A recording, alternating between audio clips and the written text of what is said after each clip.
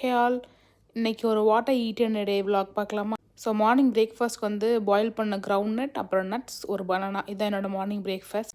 அப்புறம் இந்த இஞ்சி, மிளகா, லெமன் இதெல்லாம் வாங்கிட்டு வந்தது நான் இன்னும் ரீஸ்டாக் பண்ணல, அப்படியே கவரோடய வச்சுருந்துட்டேன். ஸோ கவரோடய வச்சுருந்தோம் அப்படின்னா ரொம்ப நாளைக்கு வச்சுக்க முடியாது. ஸோ இது மாதிரி டிஷ்யூ பேப்பரில் ஒரு பாக்ஸில் போட்டு ரீஸ்டாக் பண்ணிட்டோன்னா 1 வீக் வரைக்கும் கெட்டு போகாமல் அப்படியே இருக்கும்.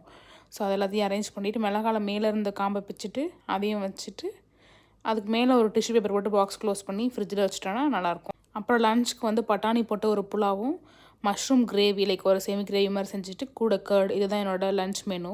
இந்த ரெசிபி ஏற்கனவே நான் ஷார்ட்ஸில் ஷேர் பண்ணியிருக்கேன், வேணா செக் பண்ணி பாருங்கள்.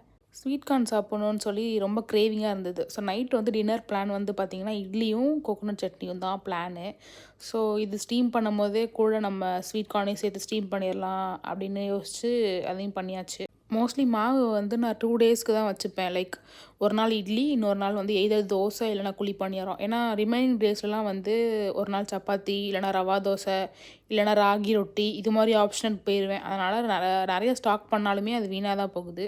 ஒரு 3 டேஸ்க்கு ஃப்ரிட்ஜில் மாவு வச்சுருந்தாலுமே அது புளிச்சு அது ஒரு மாதிரி டேஸ்ட் மாறிடுது. அதனாலேயே நான் 2 டேஸ்க்கு மேலே ஃப்ரிட்ஜில் மாவு வைக்கிறதில்ல. பெருசாக இட்லிக்கு இன்றைக்கி தொட்டுக்கிறதுக்குலாம் எதுவும் செய்யல. தேங்காய் சட்னி மட்டும் அரைச்சிட்டு கார்ன், இதுதான் இன்றைக்கி டின்னர். ஸோ இந்த vlog பிடிச்சிருந்துச்சுன்னா லைக் பண்ணி சப்ஸ்கிரைப் பண்ணுங்கள். நாளைக்கு ஒரு vlogல பார்க்கலாம். பாய்.